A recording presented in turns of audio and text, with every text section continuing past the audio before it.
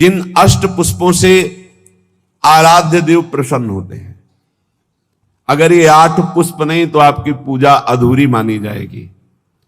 हर उपासक के हृदय में ये 8 पुष्प जागृत होते हैं, तब इष्ट देव पूजा स्वीकार करके प्रसन्न हो जाते हैं। ये शास्त्र सम्मत, और ये अभी तो आज आपको सुना रहे, ये नैष्ठिक ब्रह्मचर्य में ही बात पकड़ में आ गई थी। तभी हितधाम तक प्रगट सेवा बहुत ही उदासीनता पूर्वक होती थी।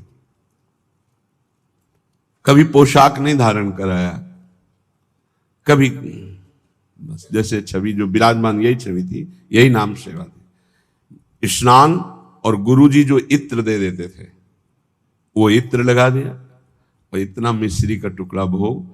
और हर समय हमारे अंदर यही था कि प्रियाजू का भोग और प्रियाजू के पुष्प कुछ अलग होते हैं, उनकी प्राप्ति हो पहले। अहिंसा सत्यमस्तेयम ब्रह्मचर्य मकलकता एतानि मानसान्याहुर व्रतानि हरितुष्टये। क्या कह रहे हैं? जो इन व्रतों का पालन करता है उसको 8 पुष्प प्राप्त होते हैं। जो पुष्प हैं उनका नाम अभी बताए देते हैं, पर उन पुष्पों की प्राप्ति का उपाय बता रहे हैं। पुष्प है अहिंसा प्रथमम पुष्पम, द्वितीयम कर्णग्रहा, तृतीयकम भूत दया, चतुर्थम शांतिरेव च, समस्तु पंचमम पुष्पम, ध्यानम चैव तु सप्तमम, सत्यम चैवाष्टमम पुष्प, मेतैस्तुष्यति केशवः। ये 8 पुष्प हैं, ये उसको प्राप्त होते हैं। इन्हीं पुष्पों से भगवान को अधीन किया जाता है, इन्हीं पुष्पों को भगवान पसंद करते हैं। जो व्रत है ये कायिक व्रत कहा जाता है, जिसमें हम फलाहार रहते हैं, दुग्धाहार रहते हैं या जल पीकर रहते हैं। इसके द्वारा अगर मानसिक व्रतों की स्थापना नहीं हुई तो कायिक व्रत का कोई महत्व नहीं है। आजकल तो व्रत का उपहास किया जाता है, व्रत का उपहास किया जाता है। आप ऐसे ऐसे भोग सामग्रियां की जो प्रायः रोज नहीं पाई जाती वो व्रत में पाई जाती है। सवा के चावल की खीर हम रहे, हमने देखा है, बढ़िया मेवा डालकर सवा के चावल की खीर, कूटू की पूड़ी और बढ़िया सब्जी, घिया आलू ऐसे, उनकी सेंधा नमक घी से बढ़िया पके हुई, क्योंकि आज फलाहार पाना ना, उसको सिंघाड़े का हलवा, ऐसे विविध प्रकार की। काय को उपहास कर रहे हो? ये व्रत है? एक दिन में मर जाओगे, कूटू और सिंघाड़ा और दुनिया की चीजें इकट्ठा कर रहे हो। अगर कोई कायिक व्रत रहना है तो उसका फल है मानसिक व्रतों की प्राप्ति होनी। देखो सिद्धांत को समझना, केवल कायिक व्रत रहकर जबान की वृत्तियों का पोषण कर रहे हो, इतने इतने पदार्थ मिलते हैं, आप खरीद ला सकते हैं। एकादशी हो आप खरीद लाइए जाकर के, हजारों रुपया लगाकर आप भोग सामग्री, इतनी जो शायद है कि व्रत में जो नहीं रहते वो उतना नहीं पाते होंगे। हम कायिक व्रत का उपहास करते हैं। कायिक व्रत तभी माना जाएगा जब एक भुगतम, एक बार केवल, वो भी बहुत अल्पा। अगर जल से काम चल जाता है तो जल ले लीजिए, जैसे आप एकादशी व्रत रहते हैं। धन्यवाद, बहुत बड़ी बात है, बढ़िया है। इन व्रतों का फल है मानसिक व्रतों में पहुंचना। अगर आपके अंदर ये मानसिक व्रत जागृत नहीं होते तो आपका कायिक व्रत सफल नहीं हुआ। और मानसिक व्रतों से इन अष्ट पुष्पों की प्राप्ति होती है। इन अष्ट पुष्पों की आराधना से भगवत प्राप्ति होती है। सिद्धांत को समझना, सिद्धांत को अगर नहीं समझोगे तो बाहरी तुम्हारी वृत्ति मान्यता की बनी रहेगी। इसलिए हमारी बाहरी मान्यता नहीं है। हम खास बात ये नहीं समझते कि आप बहुत विदेशी फूलों के बहुत, हमारा इस पे ज्यादा धन है तो उसका सदुपयोग हो रहा है, लेकिन इससे भगवत प्राप्ति नहीं होने वाली, ध्यान रखना। ये बिल्कुल सिद्धांत, इसीलिए हम उदासीन रहते थे। ये तो श्री जी की इच्छा, ऐसा नहीं, हमारा उदासीन स्वभाव था। प्राय ऐसा माना जाता था कि सन्यास मार्ग से आए इसलिए इनकी सेवा में रुचि नहीं है। लेकिन आपको सच्ची कहते हैं, हमारी सेवा में भावात्मक रुचि थी, प्रगट में वस्तुएं नहीं। लेकिन हम जानते हैं गुरु कृपा से कि किन वस्तुओं से हमारी लाडली जो प्रसन्न होती है। ये मानसिक व्रत आने ही चाहिए कायिक व्रत से। अगर मानसिक व्रत नहीं आए तो कायिक व्रत का कोई महत्व नहीं रहा। इसीलिए साधन विविध सकाममति सब स्वार्थ सकल सबे जो अनीति, ज्ञान ध्यान व्रत कर्म जिते सब काहू में नहीं मोई प्रतीति। ये हमारा रस सिद्धांत है। ज्ञान ध्यान व्रत कर्म जिते सब काहू में नहीं मोई प्रतीति। रसिक अनन्य निशान बजायो एक श्याम श्यामा पद प्रीति। श्री हरिवंश चरण निज सेवक बिचले नहीं छाणी रस रीति। अहिंसा सत्यमस्तेयम ब्रह्मचर्यम मकल्कता एतानि मासान न्याहुर व्रतानि हरितुष्टये। हरितोष व्रत, प्राय इस शब्द को एकादशी से जोड़ा जाता है कि एकादशी हरितोष व्रत है, ऐसा भी माना ये, लेकिन कायिक व्रत है। यहां करें हरितुष्टये, बिल्कुल भगवान को प्रसन्न करने के लिए, जिसमें निश्चित प्रसन्न हो जाएंगे। कायिक व्रत का फल है मानसिक व्रत जागृत होना, मानसिक अहिंसा। वचन से शरीर से किसी को पीड़ा पहुंचाना, ये तो बात दूर रही। मन से भी किसी को पीड़ा दंड देने की बात हम नहीं सोचेंगे। वाणी से तो बोलेंगे ही नहीं, ऐसी वाणी कभी नहीं बोलेंगे किसी को दुख लगे। शरीर से ऐसी कभी चेष्टा नहीं करेंगे किसी की हिंसा हो, किसी को दुख हो। मन से संकल्प प्राय सब लोग कर लेते हैं, भोगे गए नहीं। हमारा मानसिक व्रत खंडन हो जाएगा। ये बहुत बड़ा व्रत है, इससे भगवान की प्राप्ति होती है। अहिंसा परमो तपः, परम तपस्या है, परम व्रत है अहिंसा।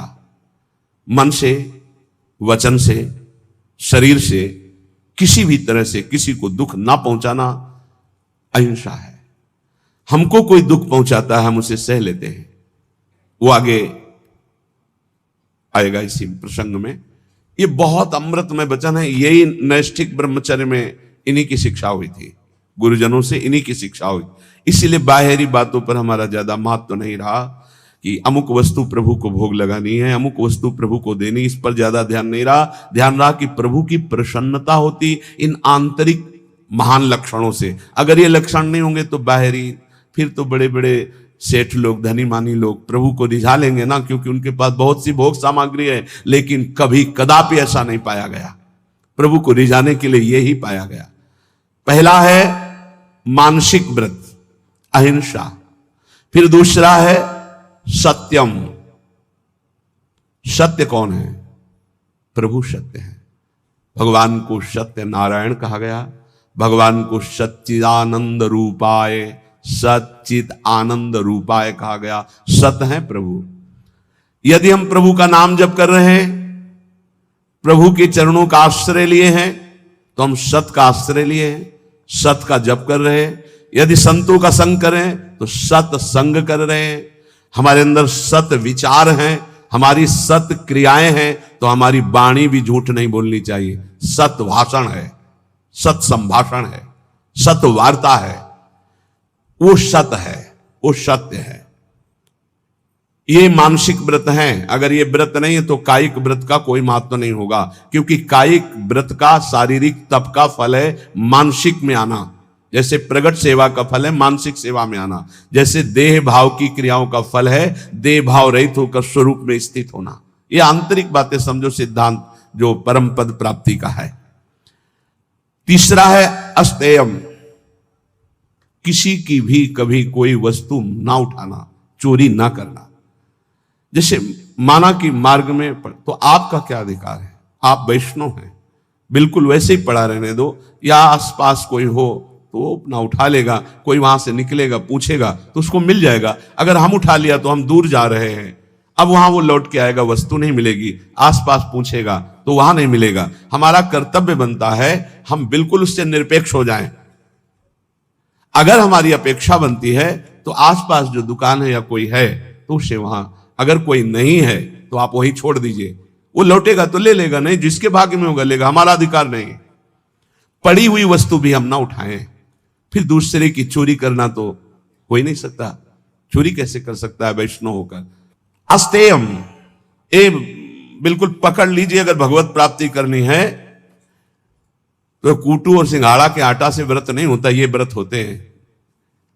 ये कह रहे हैं मानसान न्याहुर व्रतानि हरितुष्टये, इन व्रतों से भगवान निश्चित प्रसन्न होकर आपको दर्शन दे देंगे। चौथा ब्रह्मचर्यम, ब्रह्मचर्य, ये बहुत सुंदर व्रत है, बहुत महिमाशाली व्रत है।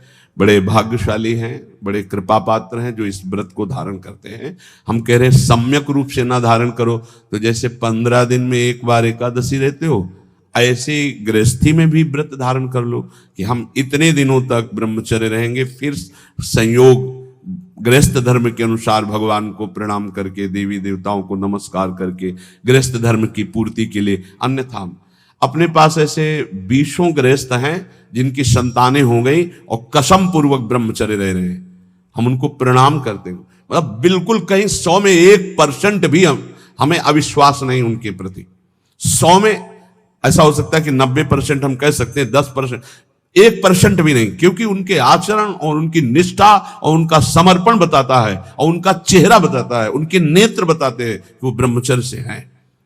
बच्चे हो गए, समझ में आ गई बात कि अब हमारा उद्देश्य पूरा हुआ, गृहस्थ का परमार्थ का पूरा करते हैं। और नियम पूर्वक 20 परिवार ऐसे हैं, बहुत सुंदर ढंग से चल रहे हैं। बड़ा मुश्किल होता है इस धर्म का पालन। ये जो मानसिक व्रत हैं बहुत मुश्किल के, और इन्हीं से भगवत प्राप्ति होती है।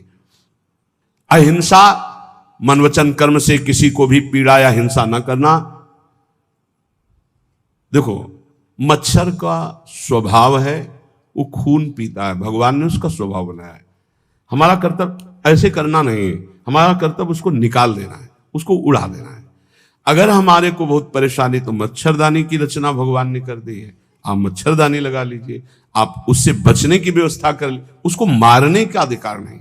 ये हम भागवत से बोल रहे हैं, श्रीमद् भागवत में जहां नरकों का वर्णन है वहां इसका वर्णन है कि जैसे बिच्छू है, सर्प है, मच्छर है, डांस है, खटमल है, इनका रचना ही भगवान ने किया है और इनका स्वभाव ही है। वो ये नहीं जानते कि मैं खून पी रहा हूं तो इसको पीड़ा होगी, नहीं।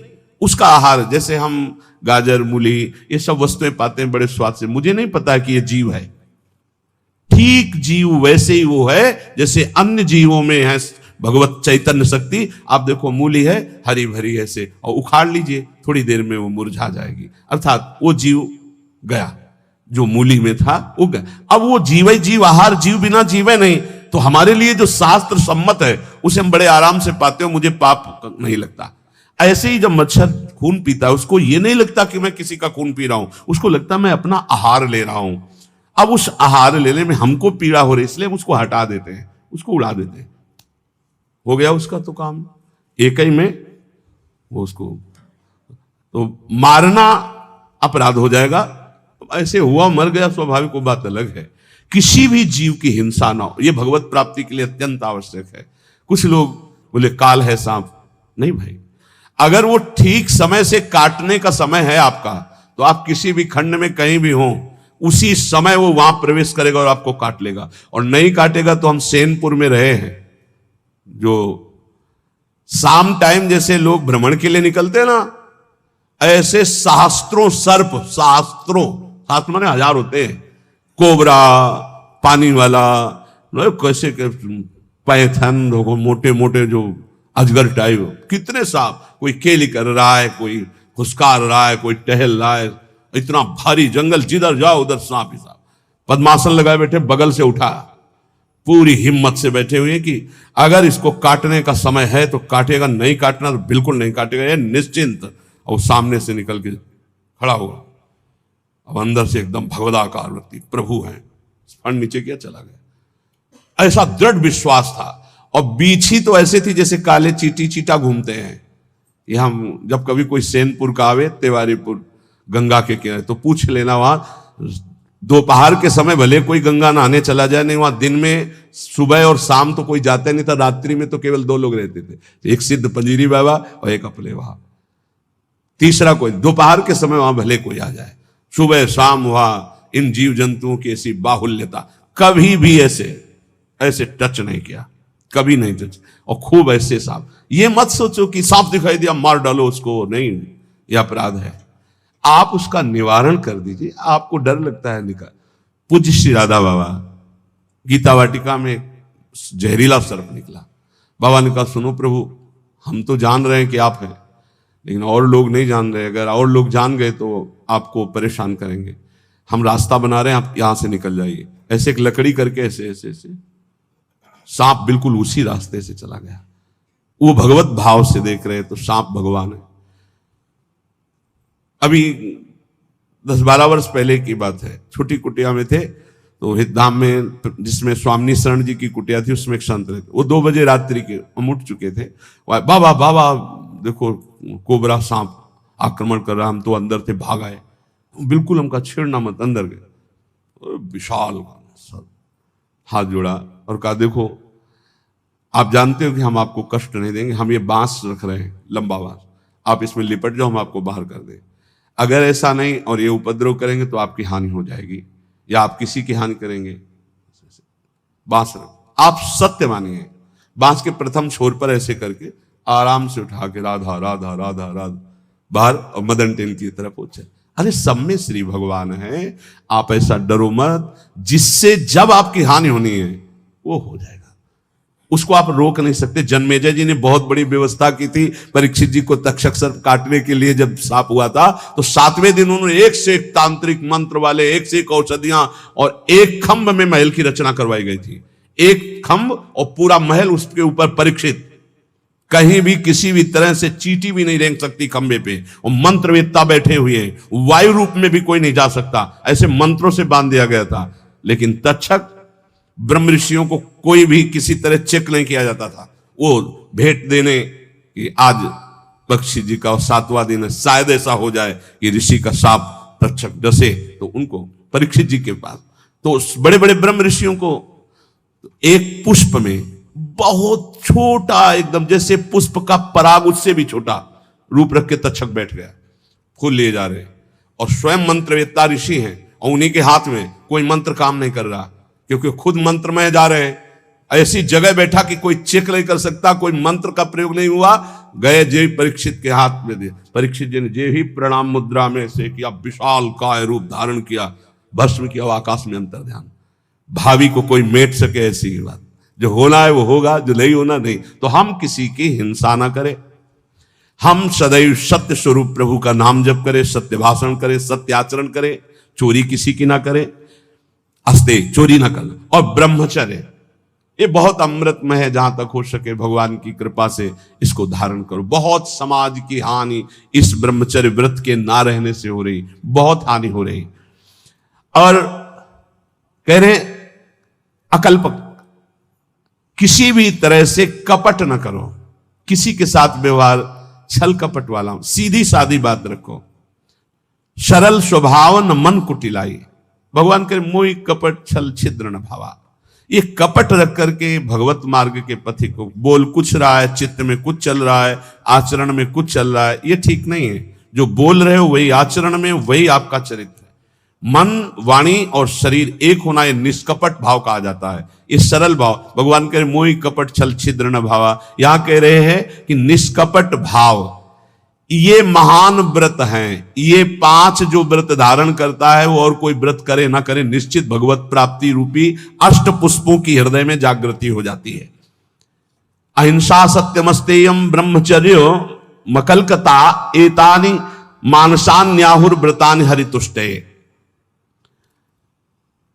कह रहे हैं कि जो कायिक व्रत है, एक भुक्तम तथा नक्तो मुपवासो मथाचितम, जो 24 घंटे में एक बार केवल भोजन पाता है उसे व्रतधारी ही कहते हैं, भले वो अन्न पर एक बार। कोई भी व्रत की पूर्णता एक बार, अगर 2 बार 3 बार तो व्रत नहीं माना जाएगा। नहीं, सुबह खूब आधा लीटर पौन लीटर दूध में चाय की पत्ती डाल के, आज एकादशी है ना, आज अमुक व्रत है ना, और वो लिया। फिर 10-11 बजे फल फ्रूट और सब ये खूब दबा के, और 4 बजे फिर 8 बजे रात्रि के। इसमें मत रहना कि तुम्हारा व्रत है, कोई व्रत नहीं है, कोई व्रत नहीं तुम्हारा हुआ। अगर आप एकादशी व्रत हो तो 24 घंटे में एक भुक्तम तथा नक्तम उपवासो मायाचितम, अयाचित भाव से विरक्त को और धर्म पूर्वक कमाए हुए अर्थ से गृहस्थ को एक बार, व्रत हो तो किसी का दिया हुआ पानी भी मत पीना, नियम है। गृहस्थ हो तो आज तुम्हारा व्रत है, किसी का पानी नहीं, फलाहार की तो बात जाने दो। अपने घर में जो कुछ आपको मिल जाए वो एक बार, 24 घंटे में अगर व्रत पूरा करना है तो एक बार, जल भले 2-3 बार ले लो, लेकिन खान पान का कोई भी सामग्री फलाहार या दुग्धार एक बार करो तो व्रत माना जाएगा।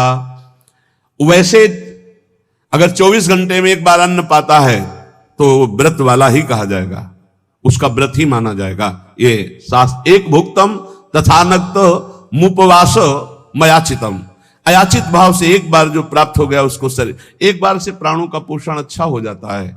जिनका भगवत कृपा से अभ्यास बन जाए तो देख लो, लेकिन बहुत ही कठिन है जिनका बाल भोग सुबह से हो चाय और बिस्कुट और नाश्ता, और फिर दोपहर में, फिर शाम के 4 बजे चाय नाश्ता, और फिर 8 बजे भोजन। तो शरीर पोषण 14 बार करके कोई भगवत प्राप्ति के मार्ग में चले तो भाई प्रणाम है। वैसे पीछे तो ऐसे नहीं चला गया, पीछे तो ऐसे हमने नहीं देखा किसी महापुरुष को कभी ये चाय नाश्ता का तो कोई सवाल ही नहीं। यार ये 24 घंटे में कभी कुछ मिल जाए तो बड़ी कृपा। एक भुक्तम, बहुत बढ़िया भजन होने लगेगा, देखो करके देखो। और जिसको कब्ज होने लगे तो आंवला मंगा लो, भोजन के साथ आंवला की गुठली जो वहां, हाँ टेली जो क्या, हाँ जो भी भैया, मैं तो शब्दों का, वो अंसारी की दुकान में मिल जाता है, 4-5 ऐसे फुला लो, ऐसे रोटी के साथ ले लो। कभी हम तो कुछ मिलता ही नहीं था तो इससे वर्षों कटा है, सब्जी ही नहीं, वर्षों ऐसे रोटी मांग ली, उसी से पा लेते। कब्ज नहीं बनती। साधु को कब्ज पर ध्यान देना चाहिए, कब्ज होने पर फिर प्रमाद स्थितियां आती, भजन में बाधा पड़ती है। रात्रि में तो उपवास वाले को कुछ लेना ही नहीं चाहिए। संध्या काल में, मतलब संध्या के पहले 4 बजे के लगभग एक बार ले ले, 24 घंटे रात दिन भजन, तब तो उपवास। इत्येवं कायिकम पुंसाम व्रत मुक्तम नरेश्वरम, एक बार अन्न का उपयोग कर ले या एक बार फलाहार का उपयोग, 24 घंटे में एक बार। बोले ये कायिक व्रत कहा गया, ऊपर मानसिक व्रत कहा गया। अगर कायिक और मानसिक व्रत किया जाए तो ये पुष्प प्राप्त हो जाते हैं। प्रथमम अहिंसा पुष्पम, इससे बिल्कुल प्रियालाल की सेवा बन जाती है और बहुत जल्दी प्रसन्न हो जाते हैं। अहिंसा पुष्पम, किसी को मन वचन से दुख न देना।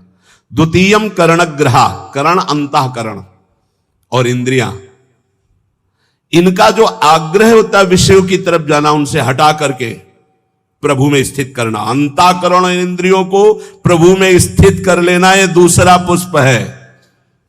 फिर तृतीयम भूत दया, जीवों पर दया की भावना, यह तीसरा पुष्प है।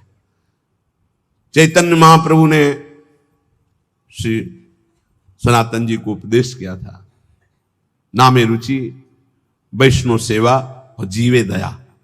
जीवे दया, नामे रुचि, वैष्णव सेवा का इससे बढ़कर और कोई उपदेश नहीं। 3 बातें।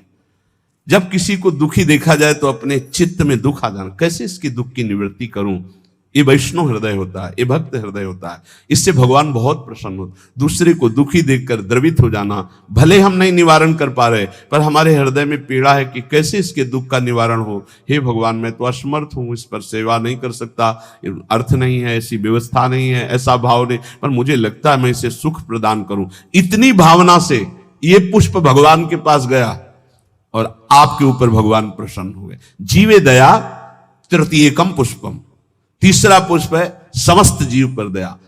चतुर्थम शांतिरेव च, चौथा पुष्प है शांति। शांति की व्याख्या की है, जो हमको गाली दे, अपमान करे, तिरस्कार करे, उसमें शांत रहना, बिल्कुल कुछ ना बोलना, इसे शांति कहते हैं। और शांति कहते हैं उसमें उसके मंगल की भावना करने लगना। करत जे अनुसहन निंदक तीनों पे अनुग्रह की, हे भगवान इनका मंगल हो, इनको ज्ञान नहीं इसलिए निंदा कर रहे हैं, अपमान कर रहे हैं, तिरस्कार कर रहे हैं। हे नाथ इनकी बुद्धि शुद्ध हो, ये स्वस्थ रहे, इनको कभी कोई शारीरिक मानसिक या वाचिक दंड ना पहुंचे, नाथ इन पर कृपा करो। ये हृदय में ये पुष्प, शांति रूपी पुष्प, ये भगवान को प्रसन्न कर लेता है। समस्तु पंचमम पुष्पम, सम कहते हैं इंद्रियों का उनके विषयों से विलग करके, जो शब्द स्पर्श रूप रस गंध में इंद्रियां लगी हुई, उनको अलग करके भागवतिक शब्द स्पर्श रूप रस गंध में लगाना, इसे सम कहते हैं। और समस्त पंचमम पुष्पम, सम के अंदर दम भी आ जाता है। दम कहते हैं मन को इंद्रियों के अधीन न करके उसे सावय मना कृष्ण पदारविंदयो। आगे आया ध्यानम चैतु सप्तमम, जो ध्यान है प्रभु का, आराध्य देव का, राधा वल्लभ लाल को हृदय ध्यान मुख नाम, बहुत बड़ा ये पुष्प है, इसी से भगवान बहुत जल्दी प्रसन्न होते हैं। और सत्यम चैवाष्टमम पुष्पो मेतैस्तुष्यति केशवः, इन 8 पुष्पों की पूजा यदि नहीं तो भगवान की पूजा नहीं मानी जाएगी पूरी। इन 8 पुष्पों से होगी। अहिंसा और अंतःकरण का वशीभूत होना, अर्थात अंतःकरण के अधीन ना होकर उसे अपने अधीन करके भगवदाकार करना, जीवों पर दया करना, शांति, जो आपका अपमान करे उनका मंगल मनाना, शम, इंद्रियों को निर्विषय करके भगवदाकार करना, दम, मन को इंद्रियों की अधीनता से हटाकर प्रभु के चरणों के चिंतन में लगाना, ध्यान, अपने आराध्य देव के रूप का ध्यान करना। और 8वां सत्य, सत्य वचन बोलना, सत्य में स्थित रहना, सदाचरण करना, सत्संग करना, सद्भाव रखना। ये 8 पुष्प हैं। एतैरेवाष्टमी पुष्पैस्तुष्यते चार्चितो हरि, पुष्पांतराणि संतेव बाह्यनानि प्रसत्तम। यहां कह रहे इन पुष्पों द्वारा भगवान श्री कृष्ण को संतुष्ट किया जा सकता है, अन्यथा अन्य पुष्प जो बाहर, उनसे भगवान उतना प्रसन्न नहीं होंगे जितना इन 8 पुष्पों से होंगे। इसलिए भक्त को, प्रेमी को ये 8 पुष्पों द्वारा अपने आराध्य देव की पूजा करनी चाहिए। ये 5 महान व्रत बताए, अहिंसा, सत्यमास्तेय, ब्रह्मचर्य, मकलकता, अर्थात मन वचन कर्म से किसी को कष्ट ना देना, सत्य बोलना, सत्य आचरण करना, कभी किसी की चोरी ना करना, ब्रह्मचर्य से रहना, निष्कपट भाव रखना। ये है 5 व्रत। मानसिक, शारीरिक व्रत में जो भी व्रत रहे 24 घंटे में एक बार केवल लें, रात्रि में बिल्कुल नहीं। अगर और कोई व्रत नहीं रहते तो एक बार अन्न लेने वाला भी 24 घंटे में वो व्रताधारी ही कहा जाता है। 8 पुष्पों के द्वारा अपने आराध्य देव की आराधना करें।